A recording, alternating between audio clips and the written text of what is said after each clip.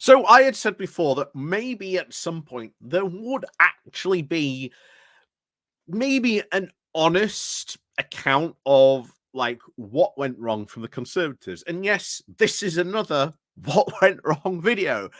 And this time it's from none other than Tobias Ellwood.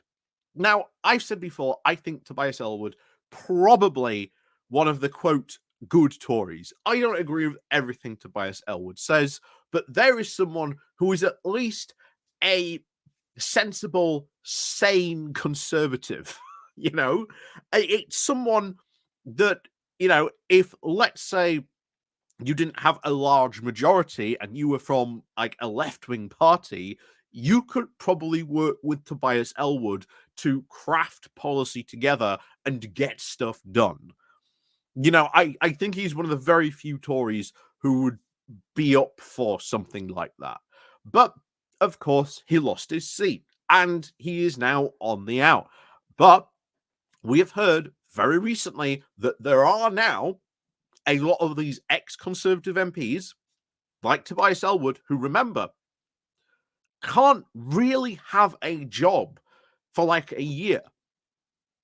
Like, under the rules for an MP, you can't like have a job for like a year, or at least have the same, or at least have a job in what you were involved with if you had a ministerial position.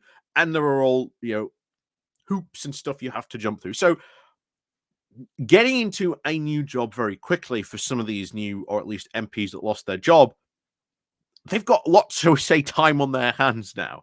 Tobias Ellwood is one of those people, as well as Penny Morgan. Penny Mordaunt. She wants to get involved in having some significant role in this Conservative leadership race. I don't know if it will happen. We'll see, but trust me, if someone like Penny Mordaunt gets involved, the right are going to throw a fit because they will see that as a stitch-up. They already don't like the fact that Bob Blackman is the new 1922 committee chair. If they give like Penny Mordaunt or Tobias Ellwood or many of the, shall we say, One Nation Conservatives who, they do not like, they will throw a hissy fit. It will be another chapter in the ongoing Conservative Civil War. So let's see what Tobias Ellwood has to say about what he thinks, what went wrong, and can any sort of sense or normality ever really be restored to the Conservative Party? I'll say this now, Tobias. It ain't happening anytime soon. It ain't happening anytime soon. Would be fascinating if Tobias Ellwood had written this piece for Conservative Home to see what the comments would have been underneath that, because oh boy, would that have been interesting. But as always, thank you very much to all those people who do help and support the channel that way. There are links down below. There's my Patreon page, there's the Buy Me Coffee link, there's the YouTube thank you button, and of course, there's the Pony Club down below. And of course, don't forget to leave a like and a comment, etc., all that stuff down below.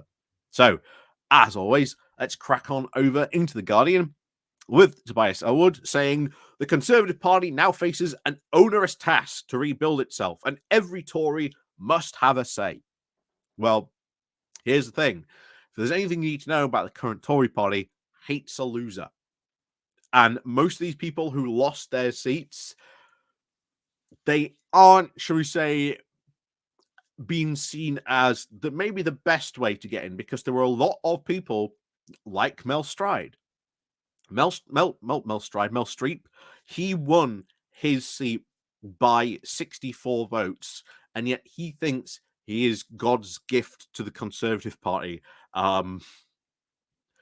They are. Those who survived are counting themselves not just lucky, but, they were maybe the anointed ones to help rebuild the Conservative Party.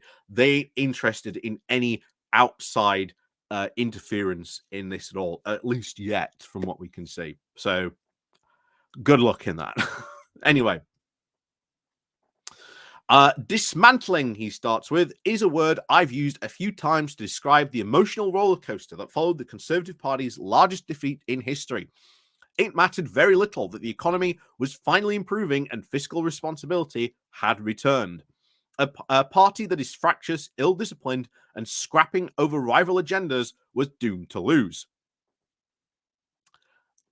All those things he's just mentioned. Fractious, ill-disciplined, fighting over all their different agendas. How are you going to solve that? Because I don't even think Tobias Ellwood has a solid answer about how to solve this different factional infighting that has now gripped the Conservative Party and is now almost in many ways baked into the party. So he continues, given the size of Labour's majority, coupled with the swing to reform, we've now entered a new complex chapter of British politics. How long Labour's stay in power lasts depends very much on what the Conservative Party does next.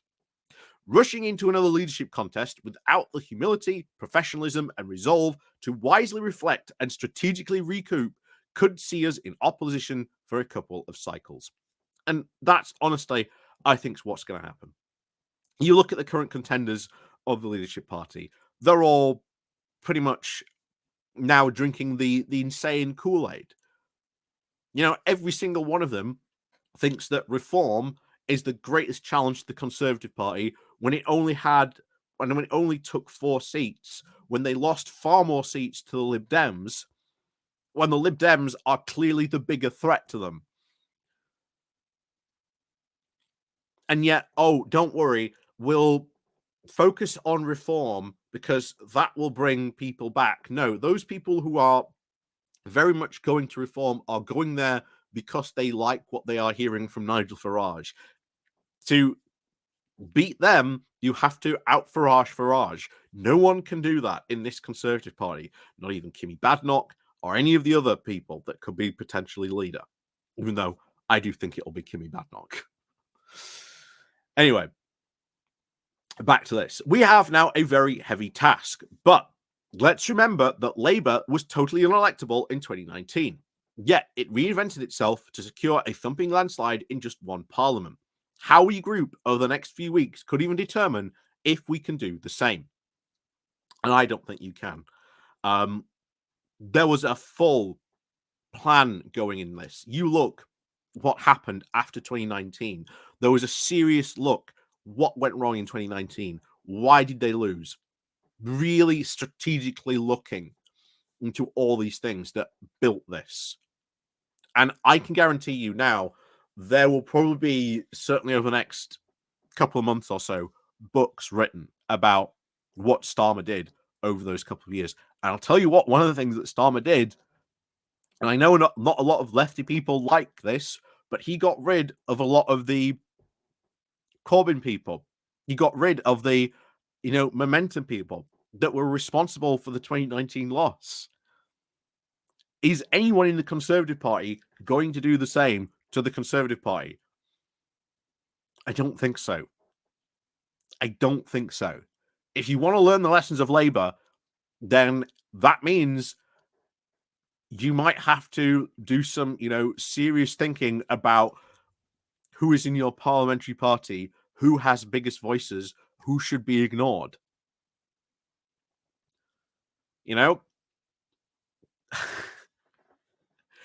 They ain't going to learn these lessons anytime soon. Anytime soon at all. And if they elect Kimmy Badenoch, which it looks like they are about to do, I think Tobias Ellwood is about to be incredibly disappointed going into the start of next year. So, given the scale of our predicament, the repair that is required, rushing into another leadership contest now is the wrong call. Cards on the table. I would like to have stood for leadership myself one day, but our great party must want to be led and, more fundamentally, agree with what it stands for and where it sits on the political spectrum. I actually agree with that. Once again, we've heard about we've got to have a unifying creed. We've all got to be say where we are on our political spectrum. We've heard that before in other things. We've even heard that from some of the new leadership hopefuls. But I would say to Tobias Ellwood, just as I've said to many of them, okay, where are you going to sit on the political spectrum, and what are you fundamentally going to agree on? Like, what are those? And what do you do with the people who then don't agree with what you said we should agree on? Are you going to get rid of them? You know?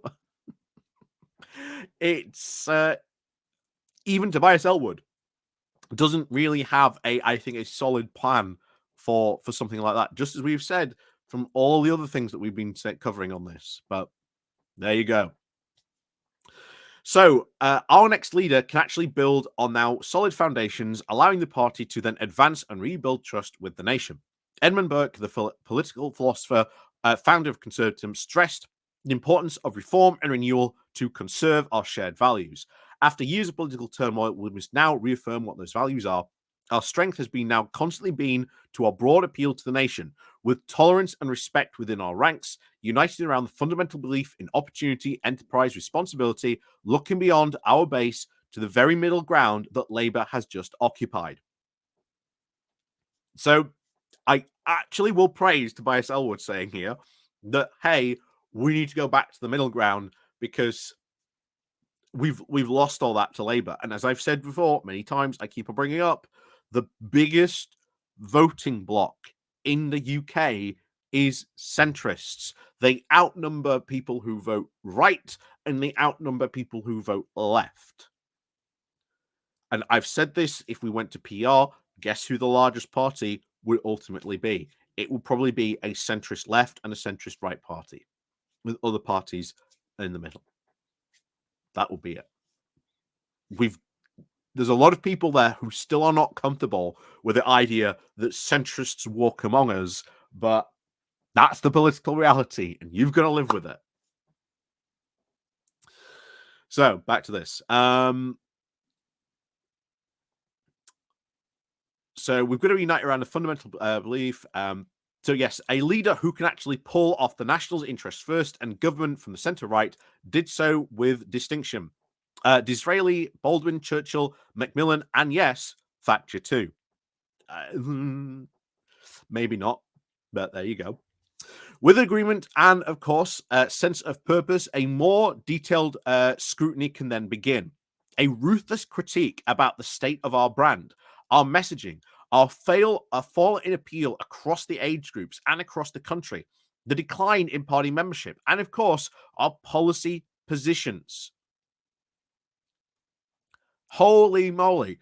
Tobias Ellwood there, in saying in that one short sentence, has gone far further than any other potential leadership candidate or anyone else who has said, you know, when we look at what went wrong, it's just one thing. We focus on that one thing because they are ideologues who think that it's that one thing that, tripped them up, and they focus on that one thing.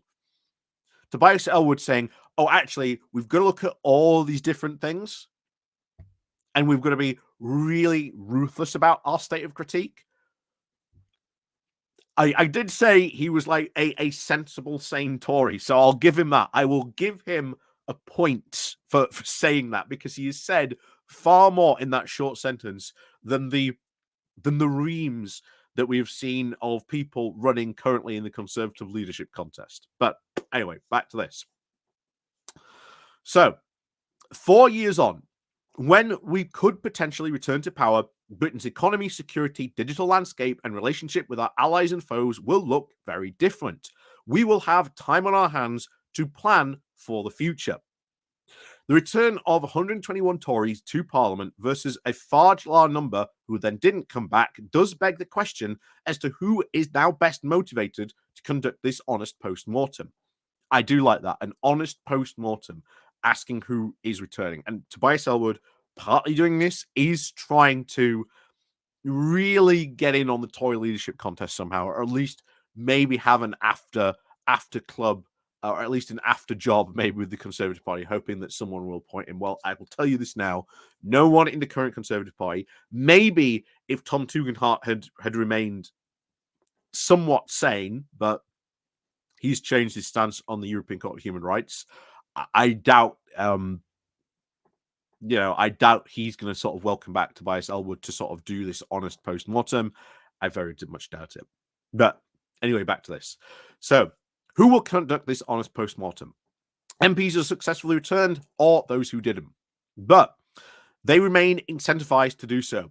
In reality, it should now be a joint effort. And then he talks about he had this gathering at the this post-mortem Carlton Club that happened, and there was such a sense of unity, but everyone there who had lost was invited there by Rishi Sunak to have a cheer up drink and a commiserator's lunch. I will say this now about Tobias Ellwood. Probably some of the stuff incredibly honest there. I think he definitely says, "Oh yeah, we need to have an honest post-mortem, and we need to agree on what we are. That we need to go back maybe towards the centre right, have an agreed creed on. Then we need to have a ruthless critique about the state of our brand, our messaging, and fail to appeal to across the groups across the country, party decline, membership, and policy positions." No other actual leadership candidate is saying anything like that, or at least that detailed. They are being incredibly vague when it comes to that. Will they lay out these positions later on as we go through the Conservative Party leadership race? Likely that could be the case. I doubt it. I very, very much doubt it. But as always, the silly season now is upon us.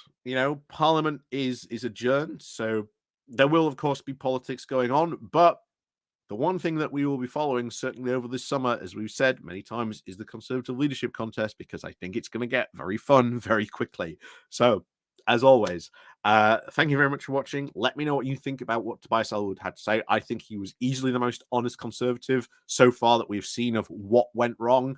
But as I said when we started this, no one is interested in listening to someone like Tobias Ellwood. So, good luck to him.